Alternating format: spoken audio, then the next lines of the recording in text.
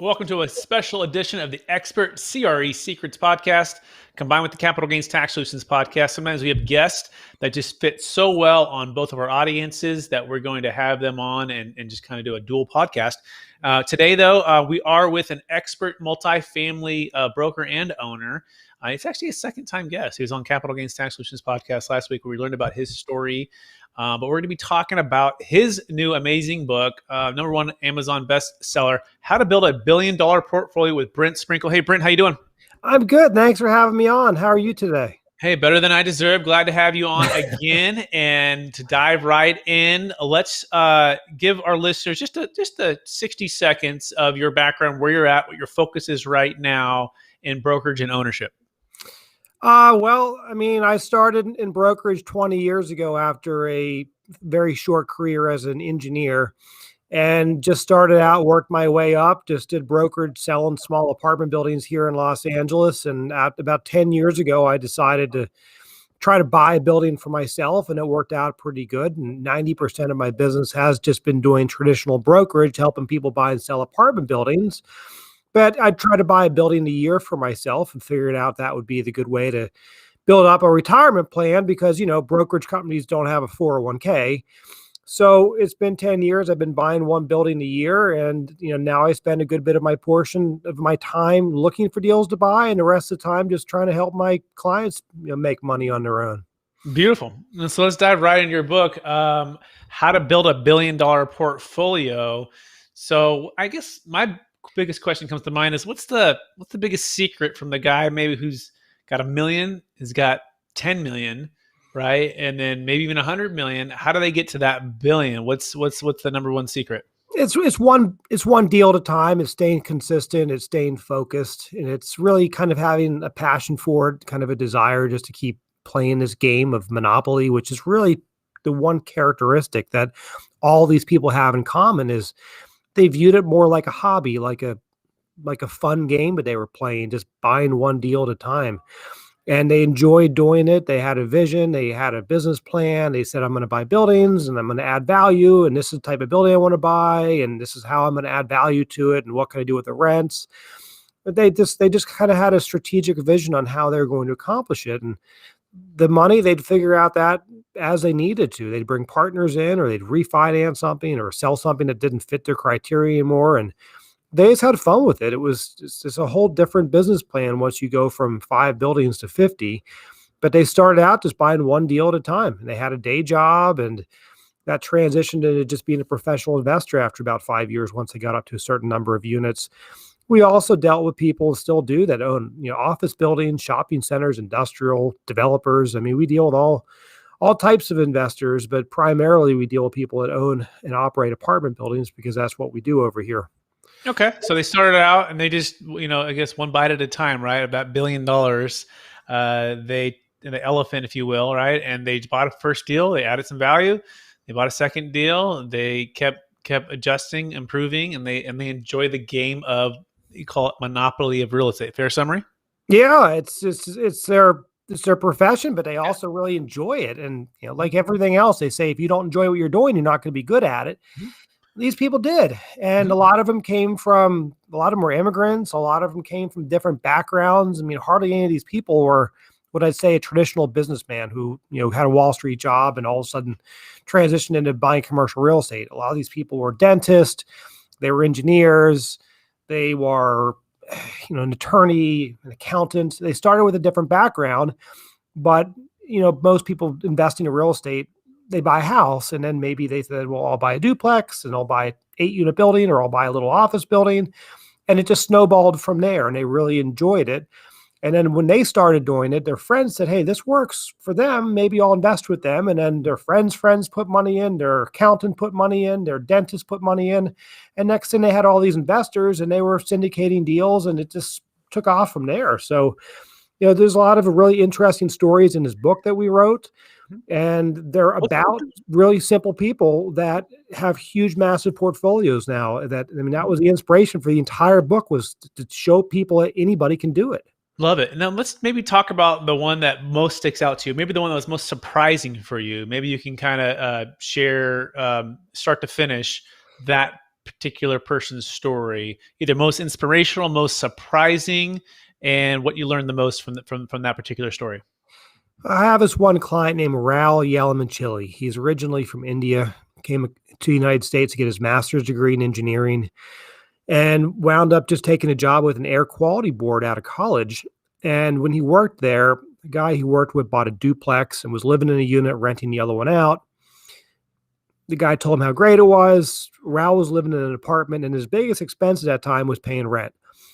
The on-site manager there was kind of boasting to Raul that all he had to do was, collect the rents, take some trash out, maybe fix a leaky faucet or unclog a toilet. And for that, he got free rent. So Raul was like, well, I could do that and get free rent. So he took a job as an on-site manager.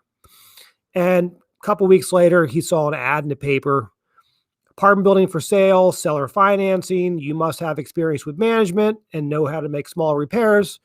Raul was like, well, that's exactly what I do. So he called the owner. The owner said, well, okay, you fit all the boxes. You can make repairs. You can manage it. You have a little bit of money, because Raul was saving money because he didn't have to pay rent as the on-site manager. So that's how Raul bought his first deal. A couple months later, Raul was at his doctor's office getting a checkup, told his doctor the story. His doctor was blown away. Like, you just bought an apartment building, like with, parting anything down and seller financing, and like, you know how to manage it, you know how to do small repairs. And Raul's like, yeah. The doctor was like, next time you find a deal, like, I'll be your investor. A month later, found a deal. Doctor put some money in, worked out well. A couple months later, Raul found another deal. The doctor brought two friends in, bought his third deal. A couple months later, the doctor brought some friends. His brother brought some friends. The guy he worked with that owned a duplex brought some people in. Raul quit his job like within a year and just was buying apartment buildings. I think he's the largest owner of apartment buildings in Southern California right now. And he's just a normal human being. Came from India, no background in business, has a master's degree in engineering. It's insane what he accomplished. And anybody can do this. One deal at a time. Amazing. And really remarkable, right? It's, to me, and that's also part of one of my passions for loving investment real estate, is to hear the stories of somebody who, against all odds, or against maybe the odds that you would think they would traditionally be to be successful at something that you're doing, and then just shattering that, right? So I have a client deal story that's similar, and he drives around in his pickup truck, and it's like this, mid-90s pickup truck. And he has glasses, and he looks like the most ordinary person. He usually has his work stuff on, and he pulls up to his properties, and no one knows he's the owner, right? And he shows up, and he's fixing stuff. He's doing little things here and there, and they don't know he's the owner. And they're like complaining, like, this is going on. And he goes into their unit, and he'll fix it up himself. And he's worth, tens of millions of dollars, and has multiple apartment complexes. Some of them are 40 units, some of them are 100 units, some of them are 15 units. And he just has built up these deals over the years, but you would not know it, from, I guess, what we traditionally think how wealth is built. But it's literally hard work, perseverance, and focusing on that. So that's interesting. He started out just like on-site maintenance and learning that. That was his part-time job. His full-time job, the guy was an engineer at air quality management company here in Los Angeles. Mm-hmm. And he just got a job as an on-site manager because he just simply was trying to find a way to not have to pay for rent. It was his biggest expense, and thought, if I become an on-site manager, I get free rent. And then he became an on-site manager and had to learn how to do property management and how to make small repairs, which was fairly straightforward. Pretty much anyone can figure that one out.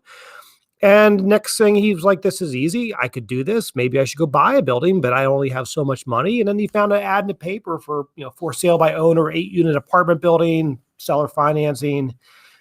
And he jumped on it, and it snowballed from there. I mean, yes, it was, it was easier to get deals that were seller financing back in the day when prices were lower. But, I see so many people still in this day and age get started with minimal cash, and they still make deals work, and they still build massive portfolios. So it's still out there. You just have to go make the effort and spend a lot of time looking. I mean, Raul gets up at 6. He said at 6 in the morning, from 6 to 8, he just looks through his email and just scours all of his emails for deals. And he goes through hundreds of emails in the morning, maybe finds 10 things that look interesting, follows up on all those.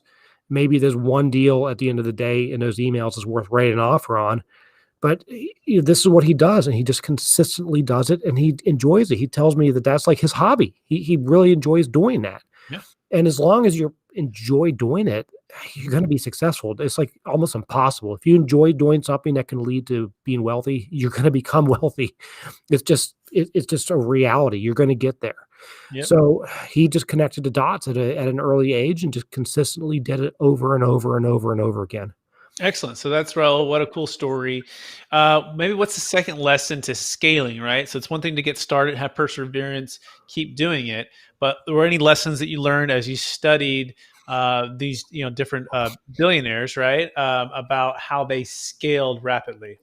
Well, eventually you're going to run out of your own money. It only goes so far. The money you have to buy deals, you will spend it at a certain point. And unless you have some kind of business where a ton of money is coming in, you're going to need to find another source of equity. And typically that's taken on investors, taken on partners. And there's a traditional approach with the friends and family where you just send out an email to your people that hey, I'm buying this deal if anybody wants to put money in. But the second is taking on the kind of institutional equity, which is you basically find a corporation that wants to invest with you. That's a little bit more for the experienced investor. But the friends and family thing is, that's how Rao got his start. His doctor put some money in. I can't tell you how many deals we do where people have 2 or 3 investors or just one wealthy private individual behind them. And that's how they're doing all these deals. So it's not that hard, but it takes a couple deals of experience under your belt before you can really go out and show other people that you know what you're doing. Your first deal probably shouldn't be with a bunch of investors because if it doesn't go well, you can have some answers to some questions to answer. Let's shift the hat to Expert CRE Secrets podcast. We're focused on commercial real estate brokers who are doing deals and helping their clients do the same.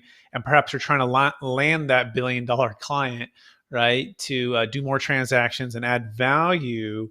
And so how does, what advice or coaching would you give to a broker who's, trying to grow and land those type of clients? What's the best thing to do? Well, you always want to focus on what I'd call active investors, people that are actively out buying properties. When you talk to an owner and they haven't bought a building in 5 years, you're probably not going to have much success with them because they're inactive. They're in a passive stage. But people go through passive stages and all of a sudden become active again. Maybe their next door neighbor buys their property from them and now they have some cash and need to go out and buy a bunch of buildings, or maybe they go through a situation where they need to sell a bunch of properties. It happens. So you just have to expand your network to know a lot of people. That's obviously the important thing, but then find people that are actually going to go out and be buying 5 or 10 buildings. The people that buy 5 buildings the following year will probably wind up selling 1 or 2 of them. So you just have to get to know what I call the players in any given market. In any area in the country, there's maybe a handful of people or a couple hundred people that are doing probably 80% of the real estate transactions. As long as you're in with a few of them, you're going to do well. It's just logic. Yeah, it makes sense. I remember being at Marcus Millichap, and they taught on a concept that had to do with segmenting different clients or different owners of real estate in different stages. And one of the stages was called, they use the analogy of dinosaurs. You have herbivores, right?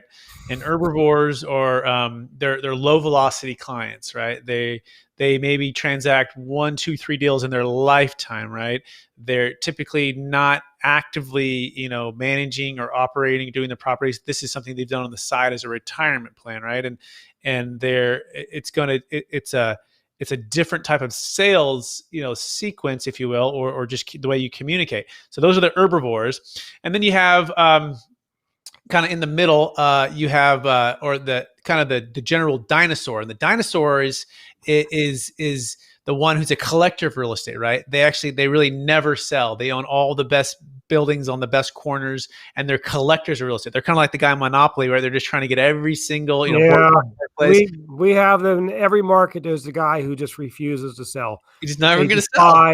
Buy, refinance, buy. And the brokers hate that guy because he never sells. Yeah. Like the joke is like they turn into a museum. Like it's never going to sell. Exactly. Those are the dinosaurs. And the last one, though, here's the one, is the carnivores. Okay. And the carnivores are your active real estate professionals, buyers, actively adding value, selling, transacting. And those are the ones doing 80% of the deals. right? The other 20% is mixed between the herbivores and the dinosaurs. Maybe it's 30%, mix, 20% dinosaur, 10% herbivore, something like that.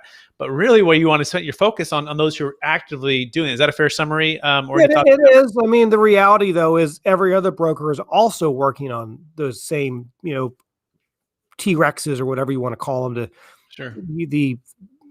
the guy who's flipping deals. He buys 10 buildings, puts 5 back in the market, buys 10 more, puts 5 back in the market.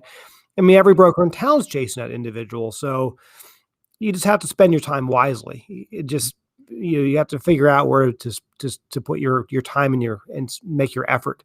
Because at the end of the day, you're going to make almost all your money with a handful of buyers and sellers. Mm-hmm. Yeah. And if you spread yourself too thin, you're not going to really develop deep relationships. I mean, it's challenging in this business because you could spend a ton of time working with 1 or 2 investors, and then all of a sudden, like, they move on or something happens, and then you're like, remember that book, like, Where Did My Cheese Go? Like when cheese moved. Who moved my cheese? Yeah. It's like, this is going to happen to everyone's business plan, every business in the world. Like, things will change. You're going to go, huh? Now what?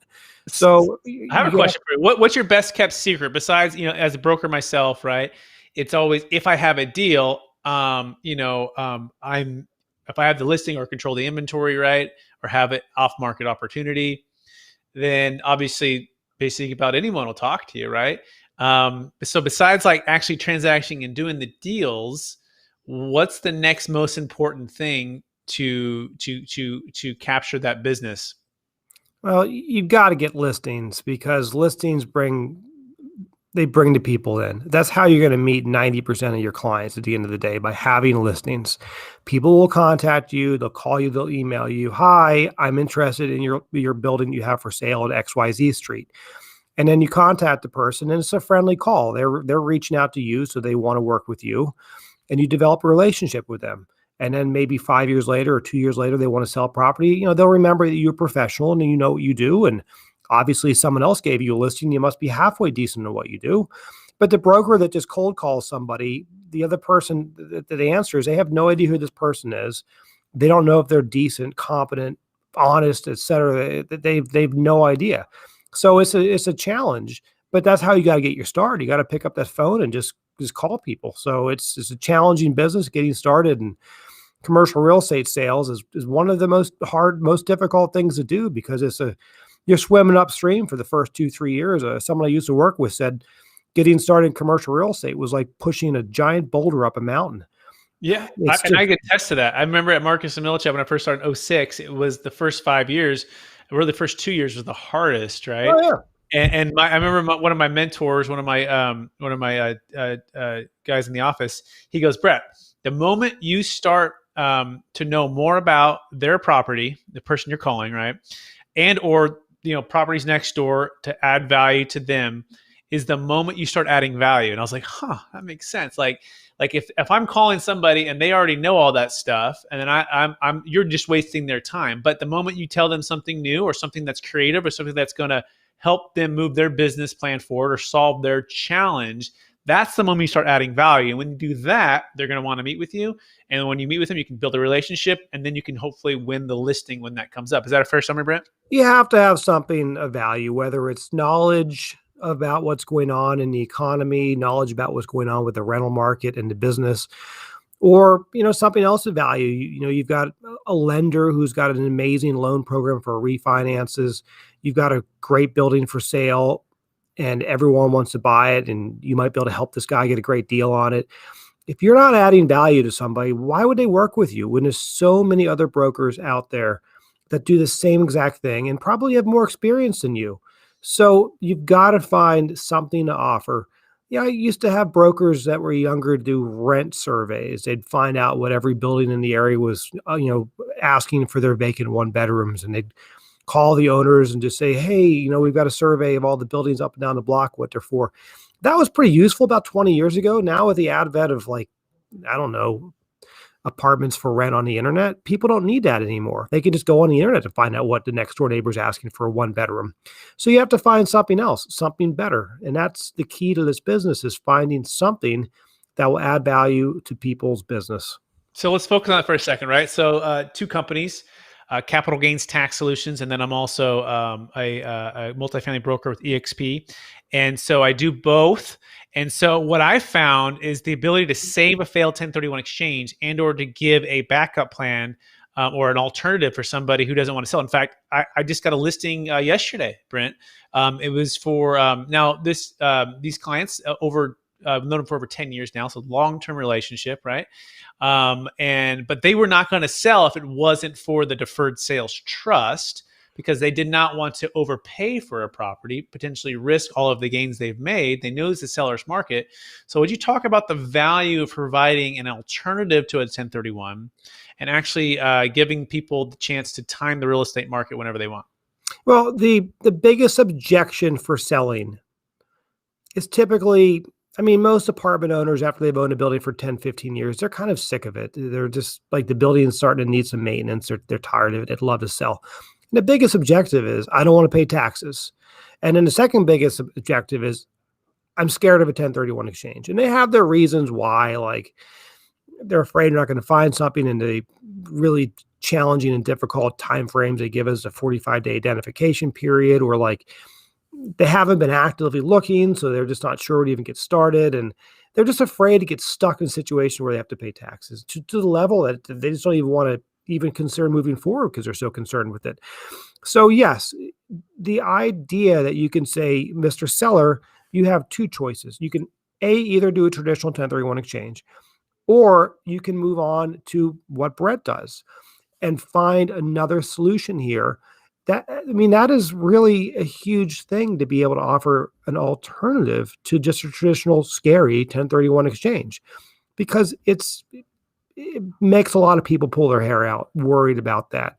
And then, yes, the ability to put your money into a fund or with some other group that's investing in something that's going to give you a really attractive yield at a similar product type, and you still have some control over it. I mean, that's a no-brainer for a lot of people. A lot of people also are sick and tired of management.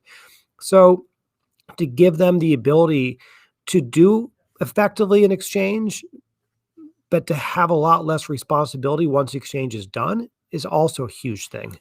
Yeah, 100%. Yeah, thanks. I couldn't have said it better myself.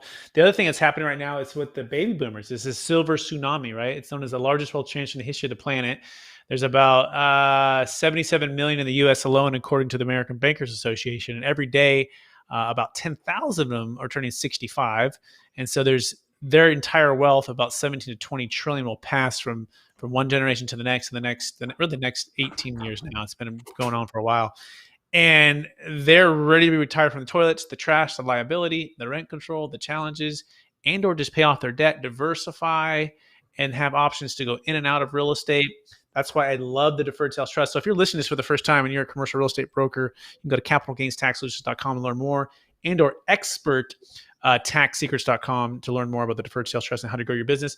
That being said, Brent, let's dive back into the book as well. So what's the action to take for a broker who perhaps wants to build their own portfolio? Because you went from broker, I believe, first to owner, and correct me if I'm wrong, and you're still doing both. So maybe help us take off that.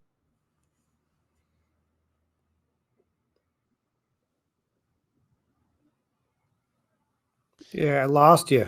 Am I back now, Brent? Yeah. I think you delayed for a second. So the question was broker owner, right? So at a certain point, you became an owner of real estate versus just being a broker, Correct. right? So what shifted for you to say, okay, I got to start buying these deals to get some passive income coming in?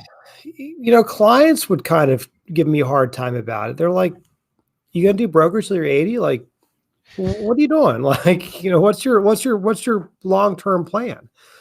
I was like, I'm just investing with clients and put a little bit of money here, a little bit of money. They're like, "Yeah, but you don't have any control of that. Like, you're someone else's mercy. Like, shouldn't you go buy your own deals?" Like, "Oh, it's too hard to buy stuff on my own. It's a distraction. It's too difficult. I don't want to be in competition with my clients." But the reality is, all you got to do is try to buy one deal a year. That's it. And I mean, it's not that difficult. I mean, I think one of the first deals I bought was a deal that a client of mine passed on. A client of mine was looking for buildings to buy. It was around 2012. I showed him 3 or 4 deals I thought were decent. he wound up, we wrote offers on all 4 of them. He bought one, and the other 3 he didn't have the money for. And one of them was, I thought, a really great deal. And the broker called me back, like, is your client still interested? It's like, no, he bought something, but I'm interested. And Yeah. that was like how I bought my second deal. It just, these things kind of naturally occur, but you just have to be in a position where you can take a deal down. You need to obviously save up a little bit of money. And a lot of brokers, funny enough, what's the first 5 letters in broker is broke. A lot of brokers don't save any money. I don't quite get it. But you have to be very wise with your money. I know brokers just love to buy fancy cars and fancy watches and live a very lavish lifestyle. That's not going to get you too far at the end of the day. You need to be saving your money, and you need to be looking to invest. And if you can just buy 1 deal a year, maybe 2, it's not going to take you long to build up a very nice portfolio. And at the end of the day, that's what's going to pay your bills and support your lifestyle. And it's also going to give you the ability to say, you know what, if you don't want to do brokers anymore, you don't have to. And I think that's everybody's long-term plan, is to be in a position where in whatever business they're in, they can say, I've had enough, I'm walking away. I'm moving on to my retirement plan or what else I want to do, which is buy commercial real estate. So that's kind of what I'm trying to get in with people, is that they need to think long term. Don't wait until you're 60 years old, if you're 40, to say, you know what, I'm going to start buying buildings. Consider doing it now. Start small. If you already own a house, maybe buy a duplex. There's always ways that you can invest. You don't have, and you're never going to find a perfect deal. That was something else that like bogged me down for the first 5 years. It was like, I have to buy a home run. I can't buy a single or double. Like, you're not going to get that colossal home run. If you're in a 5 cap market, you're not going to find a 6 cap. It's just not going to happen.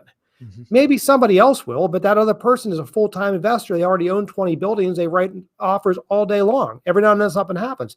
Singles and doubles is how this whole book, this $1 billion portfolio book that I wrote, almost all these people will tell you that they have acquired these massive portfolios buying singles and doubles. Now, their idea of a single might be, a home run to you, but they started out buying what they consider to be very marginal properties, reasonable buildings at reasonable prices.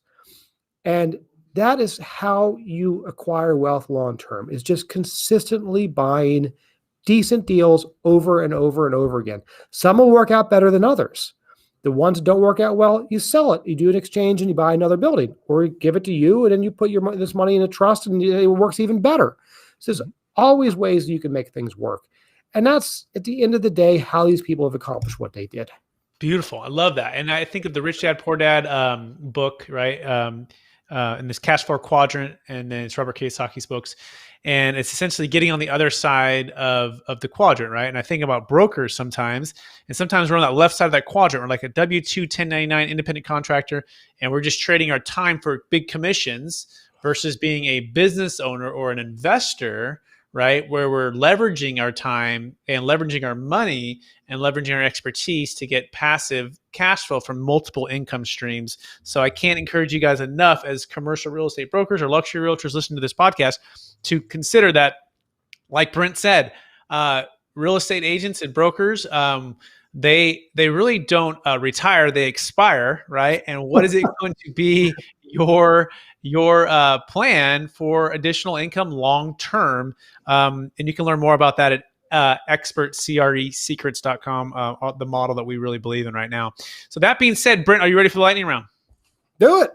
All right. So knowing what you know now, if you could go back to your 25-year-old broker self, okay, what's the one golden nugget you would do besides buy more buildings? Yeah, well, I would have been less picky. Like I said, I was focused on trying to find a home run where like really nice deals were just passing right through me. I would have bought deals that I thought were okay price, but not amazing, because the amazing deals don't come around a lot. I was too picky.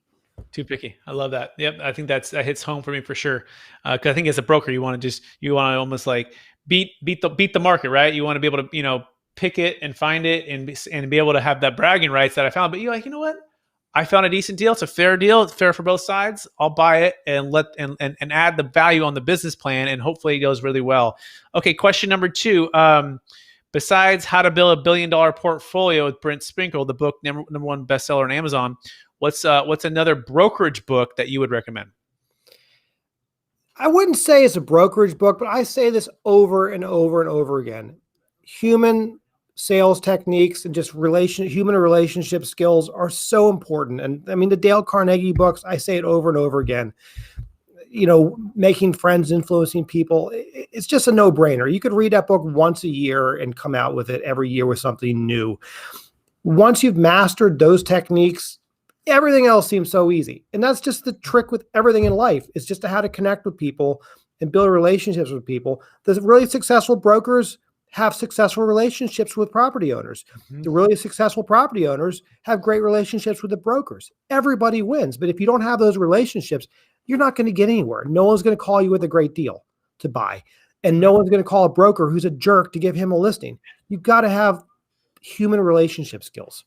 Excellent. Yeah, Dale Carnegie, How to Win Friends and Influence People. That's an amazing book. Good. What are you curious about right now as it pertains to the potential tax change with Biden taking away the 1031 or limiting that or eliminating the stepped up basis? Any thoughts on that?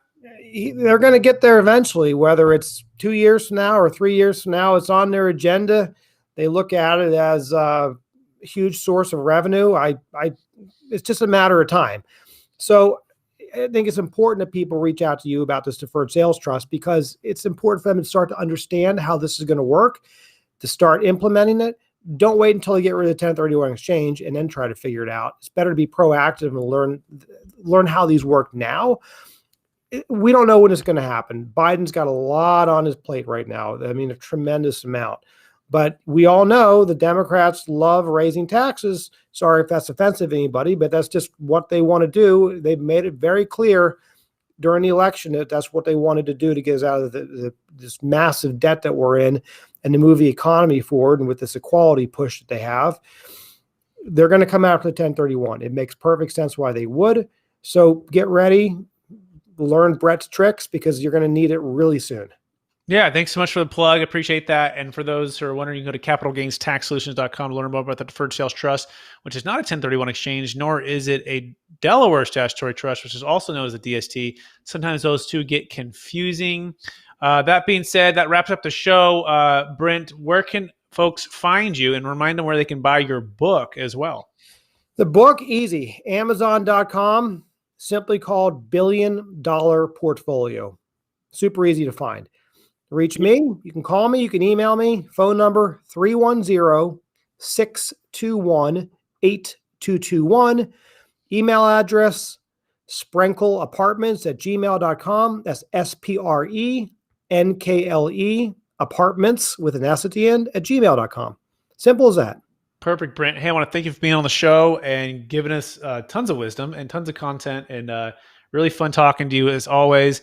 And again, for anyone who's listening, you can go to capitalgainstaxsolutions.com. You can also go to expertcresecrets.com or experttaxsecrets.com. Whether you're a broker, an owner, we're here to help you grow your business and create and preserve more wealth using the Deferred Sales Trust.